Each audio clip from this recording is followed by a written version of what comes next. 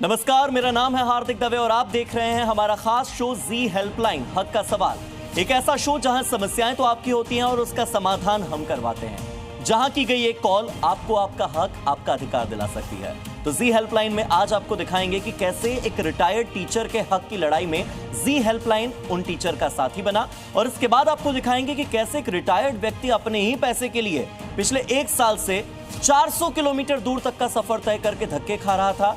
बताएंगे कैसे जी हेल्पलाइन ने उनकी समस्या का भी समाधान करवाया। तो जो सबसे पहली शिकायत हमारे पास आई है, सबसे पहले उसका रुख करते हैं। जी हेल्पलाइन में अक्सर हमारे पास इस तरह की समस्याएं सामने आती हैं जिसमें रिटायरमेंट के बाद भी कई कर्मचारी अपनी पेंशन, अपनी ग्रेच्युटी के लिए जगह जगह चप्पलें घिसते हैं, धक्के खाते रहते हैं। और ऐसी ही परेशानी उत्तर प्रदेश के नोएडा के रहने वाले एक रिटायर्ड टीचर ने भी हमसे साझा की, जो कि रिटायरमेंट के बाद न सिर्फ अपनी पेंशन के लिए परेशान है, बल्कि जिस कंपनी में उन्होंने 3 दशक से यानी कि 30 साल से भी ज्यादा का समय बिताया, उस कंपनी के कर्मचारी अपना हक मानने पर उनके साथ दुर्व्यवहार पर उतर आए। देखिए।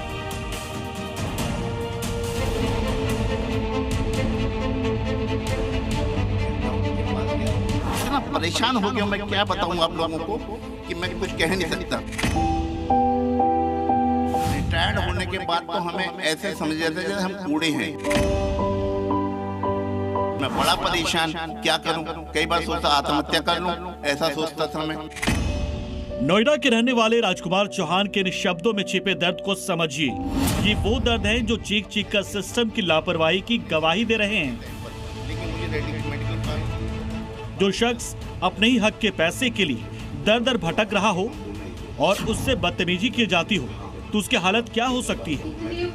इसकी जीती जागती मिसाल है राजकुमार चौहान, जो नौकरी से तो रिटायर हो गए, लेकिन 1.5 साल बाद भी रिटायरमेंट के बाद मिलने वाले अपने पैसे के लिए धक्के खा रहे हैं। मैं नोएडा में रहता हूँ। कभी मुझे DSU द्वारका जाना पड़ता, कभी पीतमपुरा जाना पड़ता, कभी अपने इंस्टीट्यूट अंबेडकर इंस्टीट्यूट में जाना पड़ता, और कभी पे एंड अकाउंट में जाना पड़ता। Sector Shankar road, Pusa road पर है जो, वहाँ पर जाना पड़ा। इस भागदौड़ में मैं बहुत परेशान हुआ।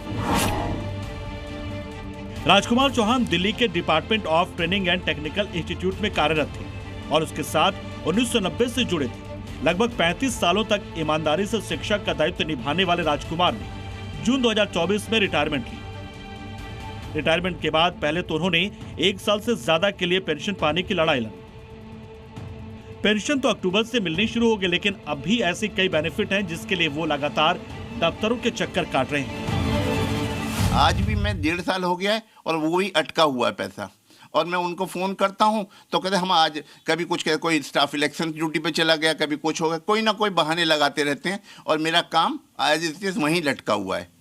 ये फाइल 29 सितंबर को DTT से निकल के पे एंड अकाउंट गई थी। पे एंड अकाउंट ने ऑब्जेक्शन लगाया, तो मैंने पूछा आपके यहाँ कोई बिल आया? उन्हें कोई मालूम नहीं। फिर मैं व्यक्तिगत तौर पे एंड अकाउंट में गया।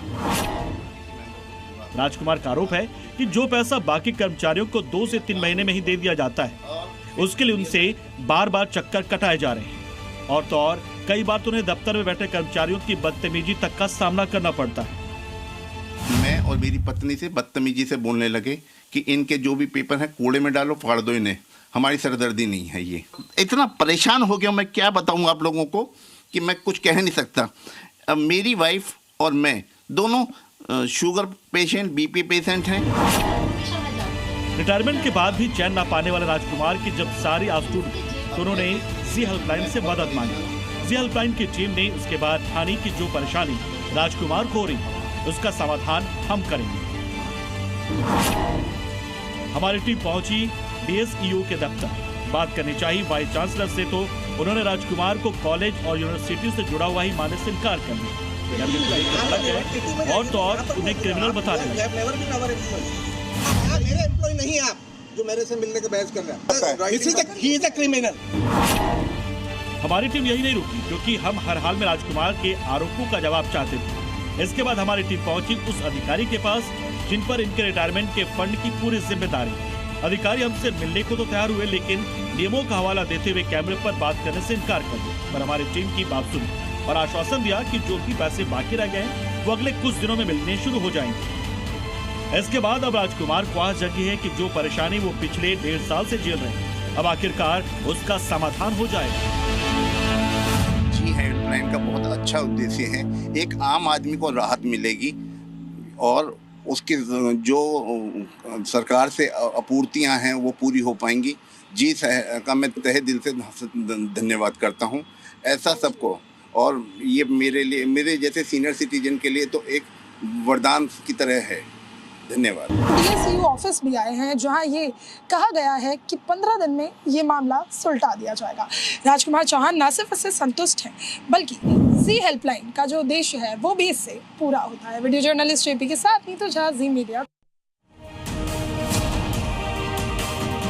तो नोएडा के राजकुमार चौहान की परेशानी आपने देखी। अब आपको एक और समस्या दिखाते हैं जो कि लगभग इसी के जैसी है, लेकिन यहाँ तो हालात इतने खराब हैं कि एक कर्मचारी अपने ही पैसों के लिए फुटपाथ पर आ गया। ये कहानी सिर्फ एक शिकायतकर्ता की नहीं है, बल्कि एक सिस्टम की है। सिस्टम की उस बेरुखी की है जहां पर फाइलें चलती रहती हैं। इंसान के समय और उसकी मेहनत की कोई कीमत नहीं। देखिए,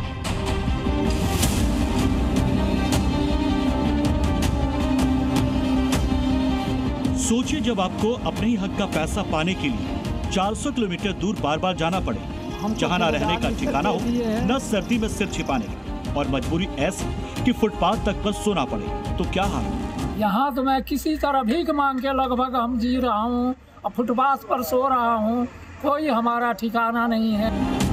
ये सब शहर हैं यूपी के देवरिया के रहने वाले मंगल देव, जो कि पिछले 1 साल से भी ज्यादा समय से देवरिया से 400 किलोमीटर दूर शक्ति नगर की कोल फील्ड में चक्कर काट रहे हैं। वजह है उनका CMPF यानी कोल माइंस प्रोविडेंट फंड का पैसा, जो कि उनकी नौकरी के दौरान तो कटता रहा, लेकिन रिटायरमेंट के बाद उन्हें आज तक नहीं मिल पाया। मैं लेटर जो कमिश्नर साहब दिए थे वो लेटर ले आकर के यहाँ जमा भी कर दिया हूँ, और दिवाली से पहले यहाँ पे भी एस्टीमेंट फाइनल हुआ है, लेकिन कुछ ठेकेदार की कमियों की वजह से वो अभी तक इनका नहीं हुआ। अब जो है ये कल से बोले हैं साल का आपका CMPF का पैसा बकाया। हमारा 9 साल का CMPF का पैसा बकाया।